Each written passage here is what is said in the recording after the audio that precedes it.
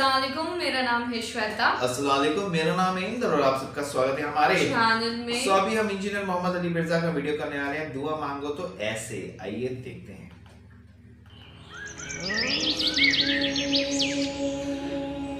دعا کبھی مسلمان کی رد نہیں جاتی۔ مسند احمد میں حدیث ہے کہ مسلمان کی دعا کبھی بھی رد نہیں جاتی، یہ ذہن میں رکھیے گا۔ نبی علیہ السلام فرمایا کہ وہ تین طرح سے قبول ہوتی ہے، یا جو کچھ مانگا وہ مل جائے گا، یا اس کے بدلے کوئی بہتر نعم البدل مل جائے گا، کوئی مصیبت بھی ٹال سکتی ہے، اور اگر یہ نہ ہوا تو وہ تمہاری دعا قیامت کے دن کے لیے سٹور کر دی جائے گی، تمہیں اجر ملے گا۔ لہذا یہ تو اپنے دماغ سے نکال دیں کہ دعا ریجیکٹ ہوتی ہے، دعا کبھی بھی ریجیکٹ نہیں ہوتی۔ دوسری بات، دعا کرنا آپشنل نہیں ہے، یہ مسلمان پہ فرض ہے۔ جو مسلمان دعا نہیں کرتا وہ اللہ کا نافرمان ہے، اللہ تعالیٰ کا باغی ہے، اللہ تعالیٰ اس سے ناراض ہوتا ہے۔ ادعونی استجب لکم ان الذین یستکبرون عن عبادتی، سورہ المؤمن کی آیت نمبر 60 ہے۔ اے میرے بندو مجھ سے مانگو، جو لوگ مجھ سے دعا کرنے میں تکبر کرتے ہیں میں انہیں ذلیل و خوار کر کے جہنم میں داخل کروں گا۔ دنیا کے بادشاہ تو مانگنے پر ناراض ہوتے ہیں، اور ہم اس بادشاہ کی عبادت کرتے ہیں کہ جس سے نہ مانگا جائے تو وہ ناراض ہوتا ہے، یہ ضروری ہے۔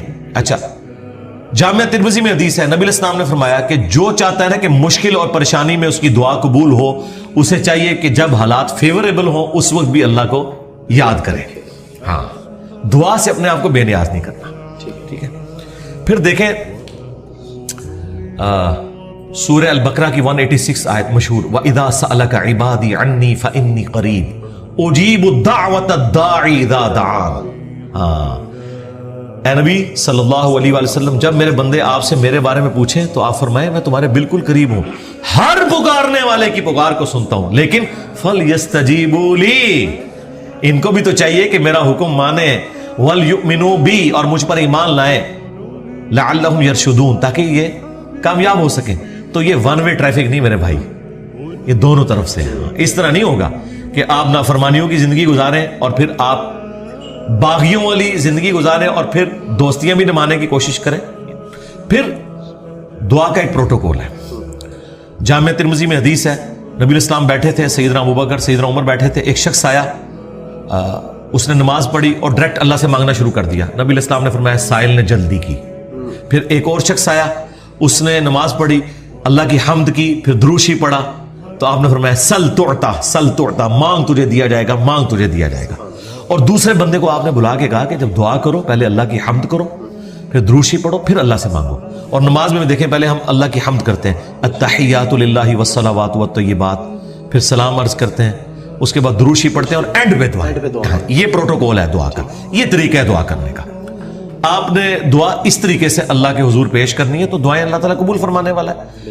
اور بعض اوقات انسان یہ چاہتا ہے کہ جو میں مانگ رہا ہوں نا یہی مجھے مل جائے، یہ سب سے بڑی انسان کی کمزوری ہے۔ میں اپنی زندگی میں کئی ایسی دعائیں جانتا ہوں جو میں آج کہتا ہوں کہ شکر ہے وہ قبول نہیں ہوئی، اور اس وقت اگر آپ مجھے پوچھتے تو میں کہتا کہ میری زندگی کی سب سے بڑی خواہش یہ ہے۔ میں نے خلاف کعبہ 2002 میں پکڑ کے دعا کی تھی کہ اے اللہ مجھے بریلوی مارنا، بجائے یہ کہنے کے کہ مسلمان مارنا، میں ایک فرقے کے لیے دعا کر رہا تھا۔ شکر ہے یا اللہ قبول نہیں کی تھی، تیری مہربانی۔ آندہ بھی کوئی دعا قبول نہ آئے تھے، اسی میں بہتری ہے جو قرآن میں ہے نا کہ جس چیز سے تم کراہت محسوس کر رہے ہوتے ہو عین ممکن ہے اس میں تمہارے لیے خیر چھپی بھی ہو۔ اللہ جانتا ہے، تم نہیں جانتے۔ بعض اوقات انسان کسی چیز میں کراہت محسوس کر رہا ہے، اس میں خیر چھپی ہوئی ہے، اور جس چیز کو محبت کی نظر سے دیکھ رہا ہے اس میں اس کے لیے شر چھپا ہوا ہے۔ اس کو ڈاکٹر ذاکر نائک نے بڑی مثال پیاری دی تھی کہ آپ کا امریکہ میں کوئی بزنس ہو اور آپ نے فلائٹ سے پہنچنا ہو، میٹنگ ہو آپ کی، اور وہ میٹنگ آپ اٹینڈ کریں تو آپ کو کروڑوں کا بزنس ملنے والا ہے، اور اگر رہ جائے تو آپ کا اتنا نقصان ہو جائے گا سارے بزنس مین کے لیے۔ آپ جیسے ہی ٹریفک کے لیٹ ہونے کی وجہ سے ایئرپورٹ پہنچیں اور آپ کو پتا چلے کہ وہ جہاز اڑ گیا ہے جس میں آپ نے جانا تھا، تو آپ کہیں گے میری زندگی کی سب سے بری خبر تھی جو میں نے سنی۔ اور اسی گاڑی میں واپس آتے ہوئے آپ کو خبر ملے کہ وہ جہاز کریش کر گیا، تو آپ کہیں گے وہ میری زندگی کی سب سے بہترین خبر تھی جو میں نے اس وقت سنی تھی، شکر ہے میں نہیں بیٹھا اس میں۔ ایک ہی خبر تھوڑی دیر پہلے زندگی کی بدترین خبر تھی اور اگلے لمحے وہ سب سے اچھی۔ اچھا، اس چیز کو اللہ نے قرآن میں حضرت موسیٰ اور خضر کے واقعے میں سمجھایا ہے، جس میں وہ ایک بچے کی گردن مروڑ دیتے ہیں، وہ یہ نہیں ہے کہ یہاں کو پیر بچوں کی گردنیں مروڑیں گے، وہ فرشتہ تھا، وہ حضرت اسرائیل والا کام کر رہا تھا، اس کو اللہ تعالیٰ نے اتنی عمر بچے کو دینی تھی. لیکن اس کے جواب میں انہوں نے کیا کہا کہ تمہارے رب نے ارادہ کیا کہ اس سے بہتر اولاد انہیں دے، کیونکہ اس اولاد نے ذلیل کروانا تھا ماں باپ کو.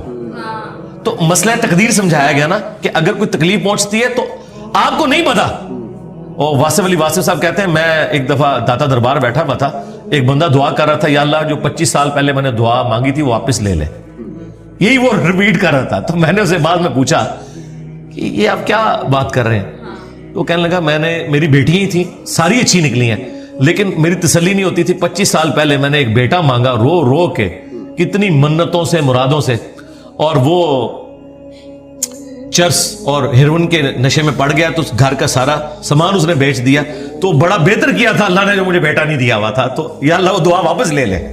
ٹھیک ہے، اس لیے آپ نے اپنے معاملات کو ذرا دیکھ کے بھی چلنا ہوتا ہے، لیکن دعا ضرور مانگے. اللہ تعالیٰ کے بارے میں پیسمسٹک نہ ہو، آپٹیمسٹک. نبی الاسلام کی حدیث ہے بخاری مسلم میں کہ کبھی یوں بھی دعا نہیں کرنی کہ اگر یا اللہ تو چاہے، اگر مگر نہیں، پورے پیشن سے مانگے، صحیح دعا مانگے. اور مسلم شریف میں حدیث ہے نبی الاسلام کہ ایک صحابی اتنے بیمار ہوئے کہ وہ ہڈیوں کا پنجر بن گئے. نبی الاسلام ان کی عادت کرنے گئے. آپ نے کہا کہ تو اللہ سے کیا مانگتا ہے یہ جو تیری حالت ہوئی ہوئی ہے؟ تو نے کہا یا رسول اللہ میں اللہ سے ایک ہی دعا مانگتا ہوں کہ اے اللہ جو تو نے مجھے آخرت میں عذاب دینا ہے نا دنیا میں ہی دے لے. نبی الاسلام نے کہا سبحان اللہ، اللہ پاک ہے، یہ تو نے کیا عقیدہ بنایا ہوا ہے؟ یعنی حضور جب حیران ہوتے تھے نا تو یعنی غلطیوں سے پاک تو اللہ ہی ہے یہ کہتے تھے. وہ تیرے اندر سخت ہے کہ تو دنیا میں بھی اللہ کا عذاب برداشت کر سکے. اور تجھے تو چاہیے تھا تو کہتا اللہم ربنا آتنا فی الدنیا حسنہ وفی الآخرۃ حسنۃ وقنا عذاب النار. اے اللہ مجھے دنیا میں بھی بھلائیاں عطا فرما، آخرت میں بھی بھلائیاں عطا فرما، اور آخرت کی سب سے بڑی بھلائی مجھے دے وقنا عذاب النار، جہنم کی آگ سے بچا لے. تو نبی الاسلام نے کہا یہ پڑھ. اس نے پڑھنا شروع کیا. صحابہ کرام کہتے ہیں کچھ دنوں بعد وہ ایسے ہو گیا جیسے مردہ زندہ ہو جاتا ہے، بالکل ٹھیک ہو گیا. ٹھیک ہے، تو اندازہ کریں کہ بعض اوقات ہماری اپنی مس ہینڈلنگ ہوتی ہے. پھر نبی الاسلام نے کچھ ہمیں راستہ بھی بتایا. بخاری مسلم میں حدیث ہے جس کی خواہش ہو کہ اس کی عمر دراز ہو جائے اور اس کے رزق میں برکت ہو. یہی دو دعائیں ہیں جس کے پیچھے لوگ درباروں پہ بھی جاتے ہیں، ادھر ادھر ذلیل ہوتے ہیں کہ جی صحت والی زندگی ہو، لمبی ہو، ظاہر انسان کے اندر اللہ نے خواہش رکھی ہے، اور فراخی ہو. نبی الاسلام نے یہ دونوں چیزیں گنوائی. بخاری مسلم کے الفاظ ہیں جو یہ چاہتا ہے نا وہ اپنے رشتہ داروں کے ساتھ اس نے سلوک کرے، شریکہ نال. ہاں پنجابی کہتے شریکہ نال، کیونکہ انسان دوسروں میں لگا لیتا ہے، شریکہ نہیں دیتا. جدھر یعنی آپ کے وہ کامن انٹرسٹ ہوتے ہیں نا، وہ شریک ہوتے ہیں نا وہ. اس لیے آپ دیکھیں یہ سارے تعویذ دھاگے بھی شریک کرواتے ہیں. کبھی کسی محلے دار نے کسی پہ تعویذ نہیں کرایا، وہ آپ کی شریک ہی کروا رہے ہوتے ہیں. جہاں جیلسی فیکٹر تھا وہیں خرچ کرنے کے اوپر اللہ تعالیٰ نے اجر رکھا ہوا ہے. اور یہ آپ کے اوپر کتنی بڑی آزمائش ہے. جہاں آپ خرچ نہیں کرنا چاہتے وہاں آپ نے خرچ کرنا ہے. اب جو آپ نے وسیلہ اور توسل کی بات کی وہ صحیح بخاری میں حدیث ہے 1010 نمبر حدیث 1010 کہ حضرت عمر فاروق رضی اللہ تعالیٰ کے دور میں جب قحط پڑ جاتا تو وہ دعا کرتے اللہم، اللہ تعالیٰ کو مخاطب کر کے کہ اے اللہ انا کننا نتوسل الیک بنبینا، پہلے ہم تیرے نبی سے دعائیں کروایا کرتے تھے، اب ان کی وفات کے بعد ان کے چچا کو لے کے آئے، ان کی دعا کی برکت سے بارش نازل فرما. اور وہ بارش نازل ہو جاتی. یہ حضرت عمر نے امت کو عقیدہ دیا ہے کہ توسل اور وسیلہ یہ نہیں ہے کہ کسی کے واسطے آپ نے ڈالنے اللہ کو، بلکہ یہ ہے کہ اس نیک بندے سے جا کے دعا کروانی ہے. بخاری مسلم میں ہے کہ بارش نہیں ہوتی تھی، صحابہ کرام نبی الاسلام سے دعا کرواتے تھے، دعا کی برکت سے بارش ہو جاتی تھی. اب قبر رسول پہ جا کے آپ نے نبی الاسلام سے کوئی نہیں مانگنا. ہاں وہ دعاؤں کی قبولیت کی جگہ ہے، وہاں کھڑے ہوں صلاۃ والسلام عرض کریں.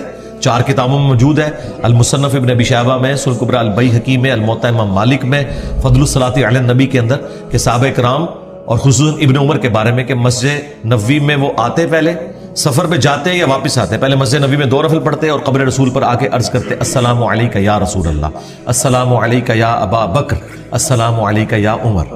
ایک روایت میں السلام علیک یا ابا، میرے باپ آپ پر سلام ہو. تو یہ صحابہ کرام کا طریقہ تھا قبر رسول پہ حاضر ہونا، وہاں کھڑے ہو کر اللہ سے دعا مانگنی ہے. آپ نے کسی یعنی بزرگ سے یا پیغمبر سے ڈائریکٹ نہیں مانگنی اور نہ واسطے ڈالنے. دیکھیں قرآن میں 40 کے قریب دعائیں آئی ہیں، سب ربنا کے ساتھ ہیں، کوئی وسیلے واسطے نہیں ہے اس میں. مجھے نہیں سمجھ آتی آپ وسیلے واسطے سے بھی آگے جا کے یہ ڈائریکٹ بزرگوں کو پکارتے ہیں، یا علی مدد کہتے ہیں، یا شیخ عبد القادر جیلانی مدد کہتے ہیں. ان سے پوچھو کہ اللہ کے بندو کیا مولا علی علیہ السلام نے کسی کا واسطہ ڈال کے کبھی دعا کی ہے یا اسے پکارا ہے؟ شیعہ کی جو سب سے اتھینٹک کتاب ہے نا مولا علی کے خطبات نہج البلاغہ، اس میں ایک خطبہ موجود ہے. اپنے بیٹے کو انہوں نے کچھ نصیحتیں کی ہیں. اس میں انہوں نے کہا کہ حسن یاد رکھنا تم اس کی اولاد ہو جس نے عنقریب مر کے مٹی ہو جانا ہے. بقا صرف اللہ کی ذات کو ہے. حسن جب بھی تجھے مصیبت اور پریشانی ہو صرف اسی کو پکارنا. اور اے میرے بیٹے حسن یاد رکھنا اللہ کی بارگاہ وہ ہے جس میں اس نے اپنے لیے کوئی دربان بھی مقرر نہیں کیا. تم ڈائریکٹ اللہ سے مانگو. اب مجھے بتائیں اگر یا علی مدد کا عقیدہ ہوتا تو سب سے پہلے وہ اپنے بیٹے کو سکھاتے حسن ابن علی کو. اگر حسن ابن علی کو یا علی مدد کا عقیدہ نہیں سکھایا گیا تو باقی تو شاہی کوئی نہیں. پھر یہ سارے انہوں نے گھڑے ہوئے عقیدے. ہاں آپ یہ کہہ سکتے ہیں اے اللہ جو تجھے اپنے نبیوں سے، ان کے اہل البیت سے، ان کے صحابہ سے محبت ہے، میں اس محبت کا وسیلہ تجھے پیش کرتا ہوں کہ میرا یہ کام کر دے. یہ اللہ کی صفت کا وسیلہ ہوگا. وَلِلَّهِ الْأَسْمَاءُ الْحُسْنَى فَادْعُوهُ بِهَا. اللہ کا اپنے پیغمبروں سے محبت کرنا یہ اللہ کی صفت ہے، اس کا آپ وسیلہ پیش کر سکتے ہیں. اس طرح نیک اعمال کا وسیلہ وَاسْتَعِينُوا بِالصَّبْرِ وَالصَّلَاةِ، نماز اور صبر کے ذریعے اللہ کی مدد چاہو. بالکل آپ وسیلہ پیش کریں. وہ 3 لوگ وہ غار میں پھنس گئے تھے، بخاری مسلم میں آتا ہے، انہوں نے اپنے عمل کا وسیلہ پیش کیا. یہ آپ کریں، بالکل کریں، اس میں تو کوئی شک والی بات نہیں. لیکن یہ جو واسطے ڈالنا فلانے کا صدقہ یہ کوئی ثابت نہیں میرے بھائی. اس طرح کی کوئی روایت اصول محدثین کے اوپر صحیح نہیں ہے. جی